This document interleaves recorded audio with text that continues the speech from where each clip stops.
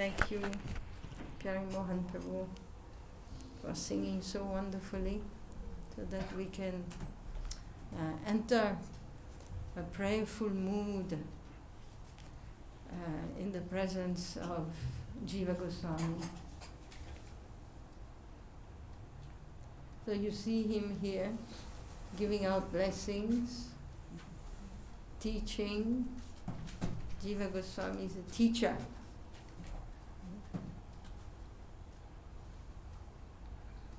Jiva Goswami was the son of Anupam, previously known as Vallabh, the brother of Rupa and Sanatan, younger brother. He was his son. And it is said that he lived, the whole family lived in Ramkeli. He was also living in Ramkeli with Rupa and Sanatan. And it is said that maybe he had a glimpse of Chaitanya Mahaprabhu when Mahaprabhu visited Ramkeli. He came to Ramkeli to meet Rupa and Sanatan. And of course he was doing Sankirtan in the streets. And so he might have, some say, he got a glimpse. But at that time he was very, very small. He might have been 3 years old or something. He was very, very young. And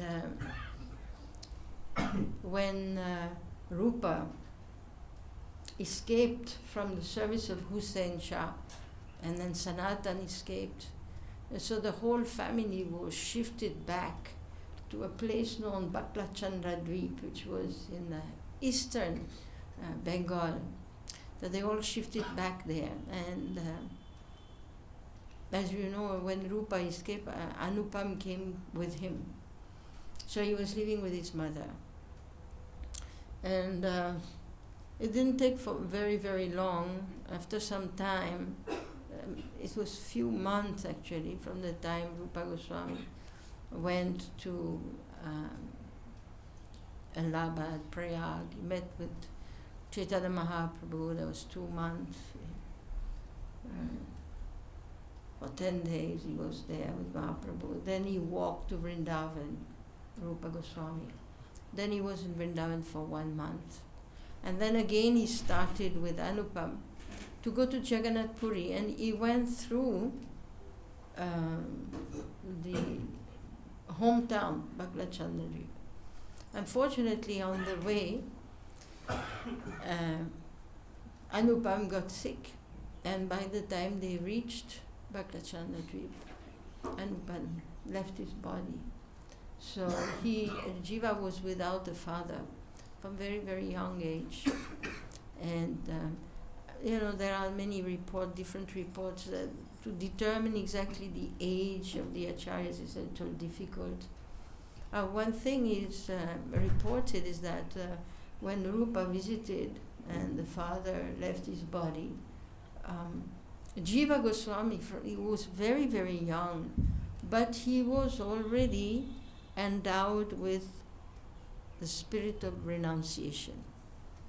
And he wanted to follow his uncles. He didn't want to stay at home. He was very young. Some say he was 5, some say he was a little older. And so he wanted to follow Srila Rupa Goswami and go with him.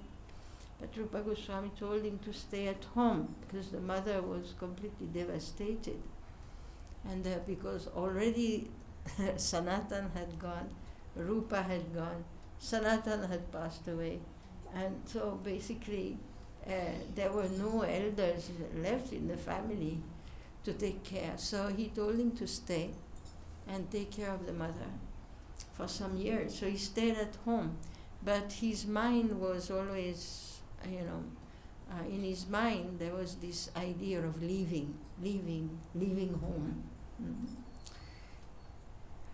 And from childhood he was very, very devotional, and he used to worship Krishna Balaram. He was a devotee of Krishna Balaram. And he was very, very attached. He had deities of Krishna Balaram. He used to play with them as a child. He would bathe them, he would feed them, and always he was absorbed. He would sleep with them, like close to them. Until the day he actually had a vision, a dream in the night, and he saw how Krishna Balaram manifested as Gauranitai. And so from that day he became very, very attached to Gauranitai, to Chaitanya Mahaprabhu. And he was thinking of leaving, and he left when he was very, very young. Some say around 17, 18, 20, around that time. He left, and he wanted to rejoin his uncles in Vrindavan. So he journeyed from Baklachandra Dweep by boat, traveled by boat. You know, those days it was very different. There were not so many roads and all. So he traveled by boat up to a certain point, and then he walked. And first he went to Navadvip. So he went there, and his good fortune, he met with Sri Nityananda Prabhu in Navadvip. And Sri Nityananda Prabhu blessed him. He took him on a tour of all the pastime places of Chaitanya Mahaprabhu in Navadvip. This is recorded.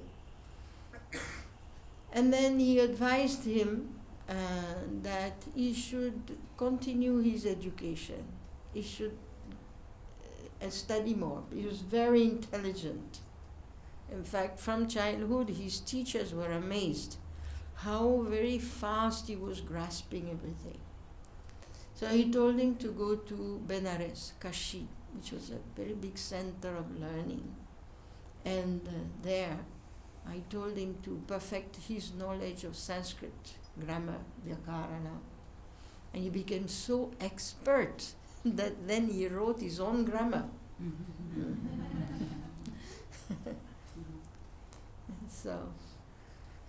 And he studied the Vedanta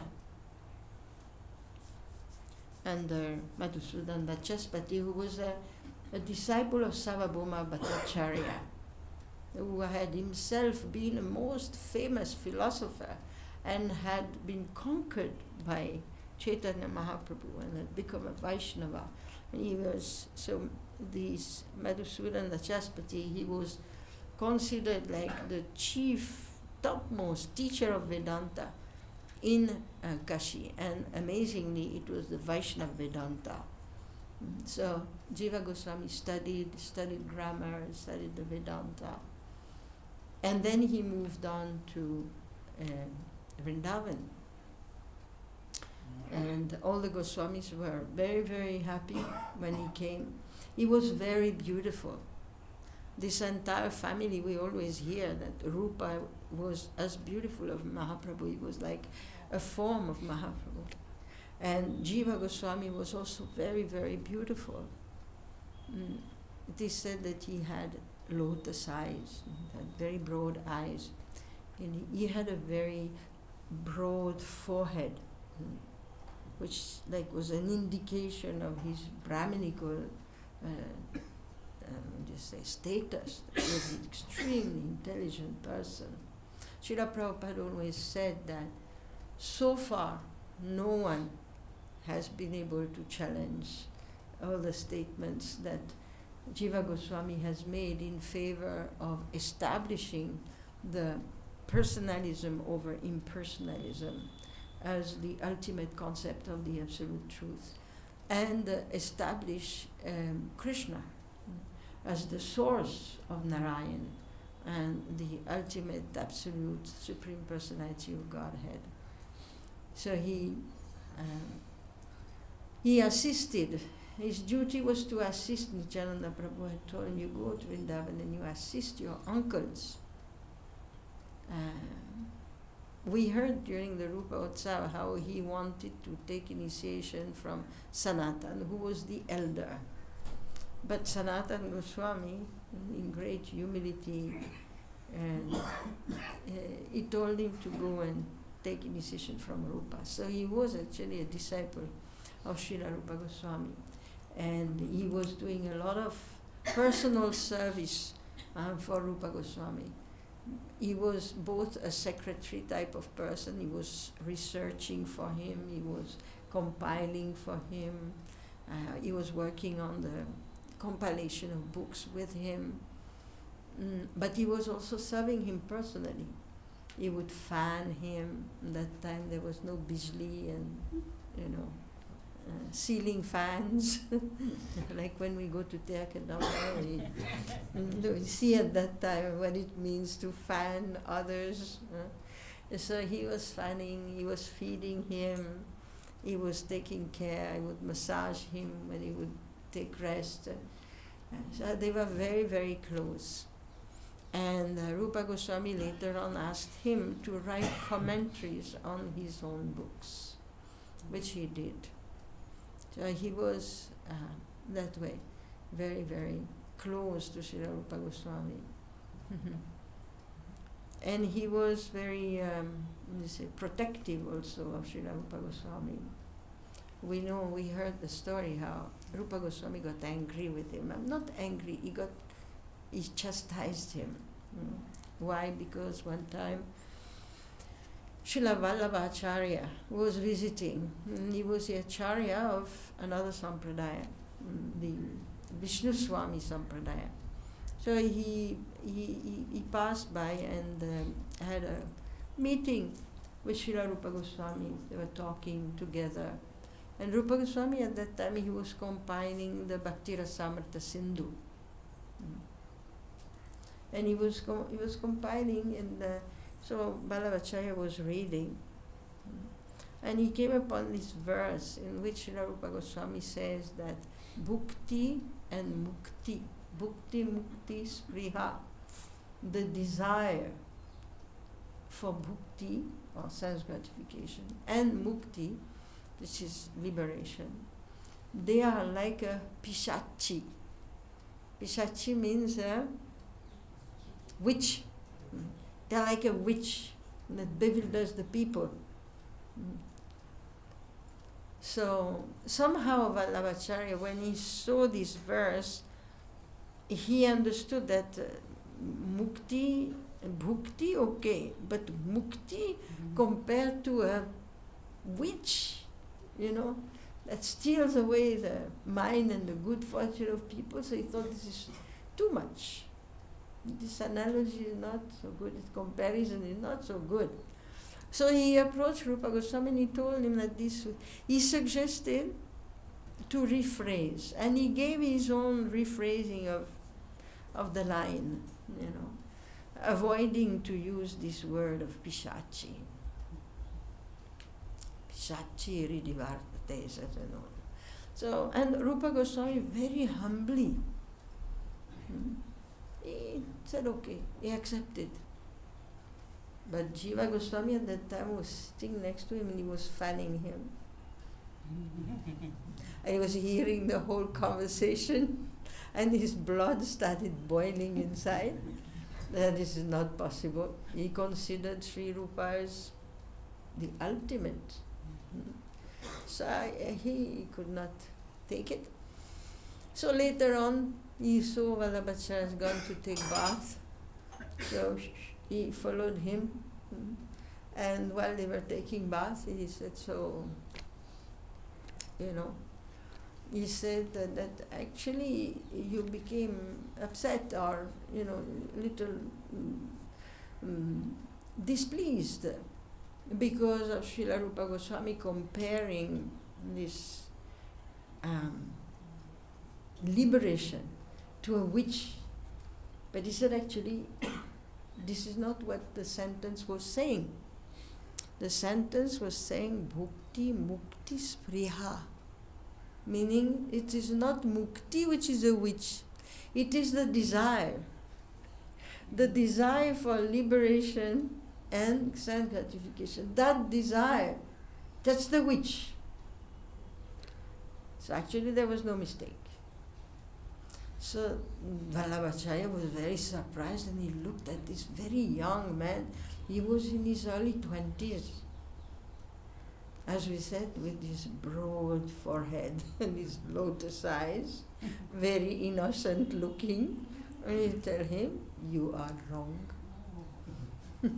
So, and Vallabhacharya also humbly, actually, he understood that, yes, because Jiva told me, because you didn't like liberation to be compared to a witch, but it's not the case. So he accepted, and then Vallabhacharya went to, when he again met Rupa Goswami, he said, who is that young man who was fanning you? So Rupa said, this is my nephew and disciple. He has just arrived a few days ago from Gouda. And then he told him that actually I'm kind of sorry, I did not understand properly your compilation. And he pointed this out to me. Somebody's phone, right? Then he said, so Rupa Goswami was, he kept peaceful and all, but actually he was displeased. Because what he understood is that Jiva got angry. This is the main thing. That Jiva got angry at Vallabha. And so he gave him left and right. He told him that you go away from here, I don't want to see your face. Get out. Just go away. This is no way to behave. Towards a senior person, you have showed anger and you have showed him that he has made a mistake. So he was very displeased, and just to teach him a lesson, he told him, you get out and you think. You come back only when you have understood your mistake. And you come back only when you have subdued anger. Because this anger is not part of the character of a Vairagi. One who is a renunciate cannot fall under these waves of the mind.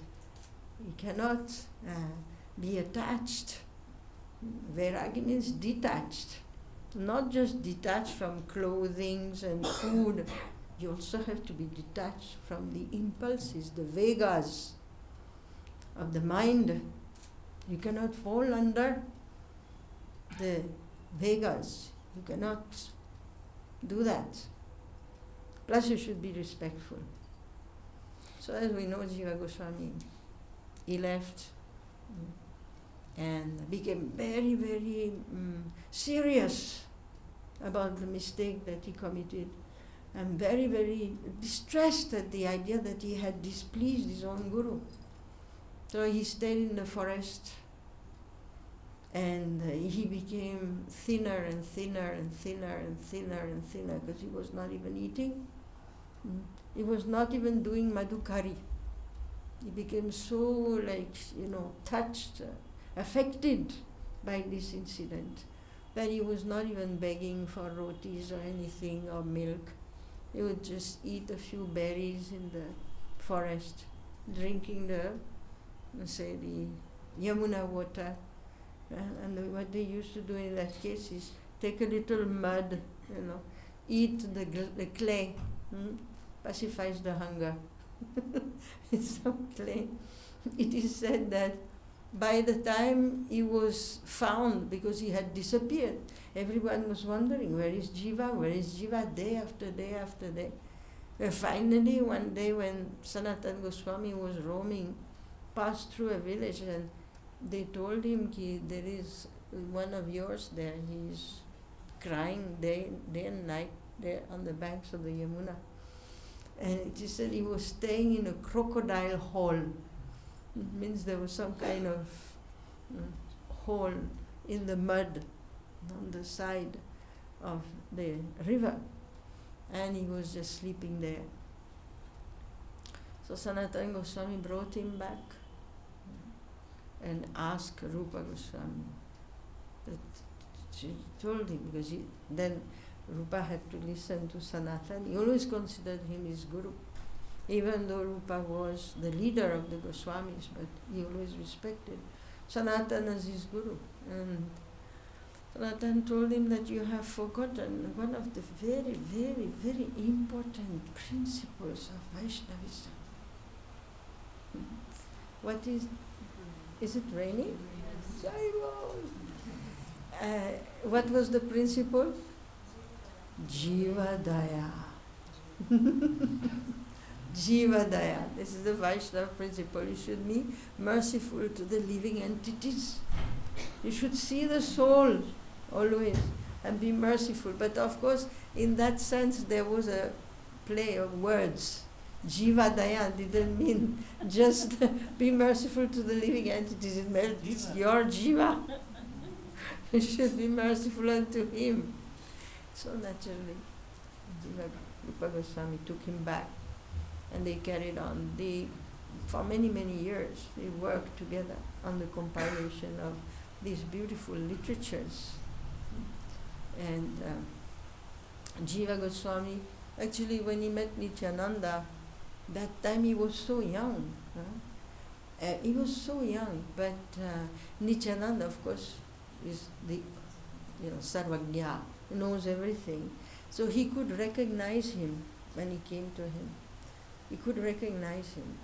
He could understand. What he understood is that this is the future next generation leader of the Hare Krishna movement.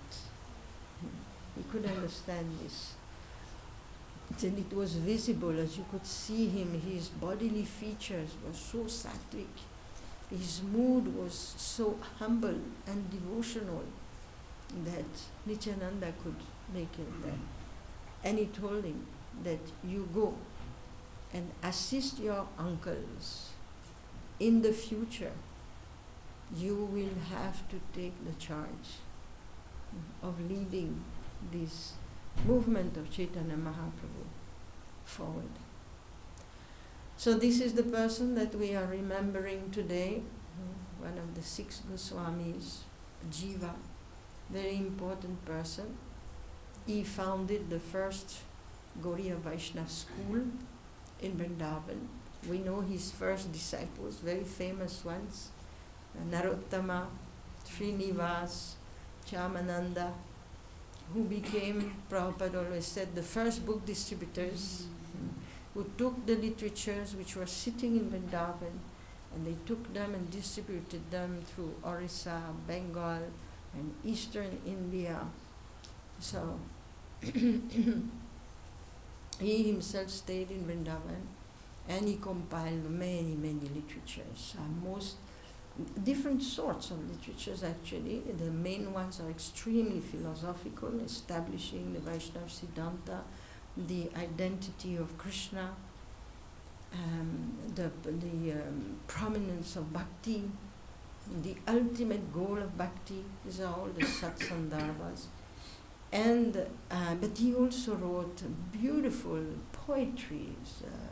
He also wrote the pastimes of Krishna. The Gopal Champu is a retelling of all the pastimes of Krishna with many, many insights, beautiful insights, which when we read the Srimad Bhagavatam, Gopal Champu adds many, many wonderful details to the pastimes.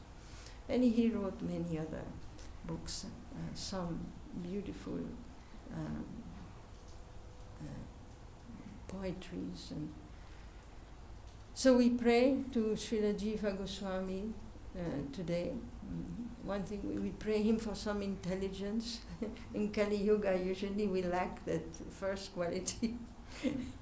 So we pray to him for some intelligence, for some devotion, for some humility, for the dedication to the spiritual master. And Jiva was very, very qualified, but he never ever deviated from being a servant of Rupa and Sanatana. And so these are examples for us to follow, to always be dedicated to the service of the spiritual masters. Never desire to walk before them, never desire to attain any prominence. as we see for Jiva Goswami, there is a time when very unfortunately the seniors are not anymore there. As long as they are there, our duty is to serve them. Because when the time comes that they are no more there, then devotees are called to lead. And then, leading is a great burden. It is a burden of love, but it is a very heavy thing. So, and those who become leaders are those who have learned how to be servants. So let us follow in the wonderful footsteps of Srila Jiva Goswami. We are going to offer him some flowers and prayers. Don't forget the prayers. We offer flowers, we offer obeisances, we offer prayers to Srila Jiva Goswami to bless us, to understand the literature of the Goswamis, to bless us with the ability to convey that message to others, to teach that message. That him bless us with devotion, with intelligence, with submission, and all the qualities which are required to become a good servant of the Guru Parampara. Jai Srila Jiva Goswami Pada Ki Jai. So please offer your flowers and prayers. We'll be having a little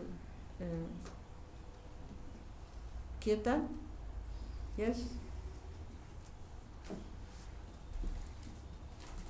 Hari Hari Bol.